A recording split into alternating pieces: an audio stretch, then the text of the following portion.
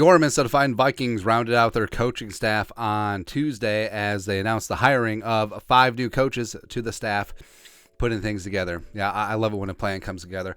Marjorie Albury is back as a defensive assistant.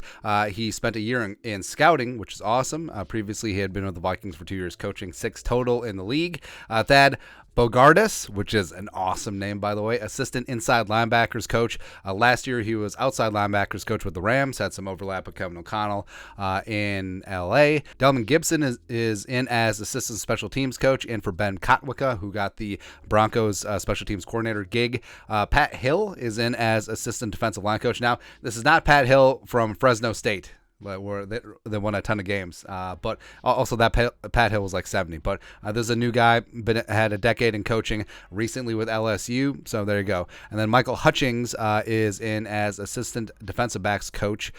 He was outside linebacker coach at Kentucky last year, and he's a former USC linebacker. Love it, man. So This is a staff that's going to take the team over the top. New guys are in gold. OGs are in yellow. Of course, you got O'Connell, Wes Phillips, Flores, Matt Daniels holding things down at the head coach and coordinator spots. Mike Pettin, what would you say you do here? Not just kidding. But overall, you see there was a lot of change, a lot of turnover on defense as, again, new guys are in gold. So a lot of turnover in terms of Donatel, gone. Minuski, gone. Pretty much all the assistants had turnover. The assistant to the assistants, rather.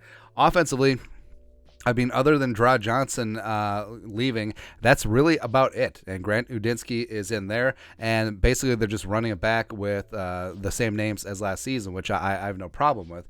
And in terms of Flores guys, so it's kind of interesting because only 2 Flores guys were hired. Mike Saravo, the inside linebackers coach, replacing Minuski, as well as Lance Bennett, the defensive quality control guy. So not bringing in a ton of his guys in coaches, not bringing in a ton of his guys and players. Maybe people realize that this is a one and done spot. I don't really know, but overall, I mean, it makes sense offensively. The Vikings were very good last year. Defensively, they were not very good, hence why there's a lot of changeover. Now, could Durante Jones, DB coach, where the defensive backs played pretty poorly last year, as well as Chris Rumpf, defensive line coach, where the defensive line played pretty poorly last year, could they have been shown the door? Possibly, but I mean, Kevin O'Connell assembled the staff, right? So these guys coming together, families moving, kids going into new schools. So to a degree, there has to be some loyalty and a little bit of continuity there. Fully understand that. And also, it's cool that Flores is going to be working with a number of these guys that he hasn't worked with before, but hopefully it'll all come together. Because I mean, the famous last words, of course, it couldn't get any worse. Famous last words as a Vikings fan. But the defense will improve. The offense will continue to be amazing, having some continuity. Do you know this is the first time that Kirk Cousins has had the same play caller since he came here to the Vikings? It's kind of crazy, man.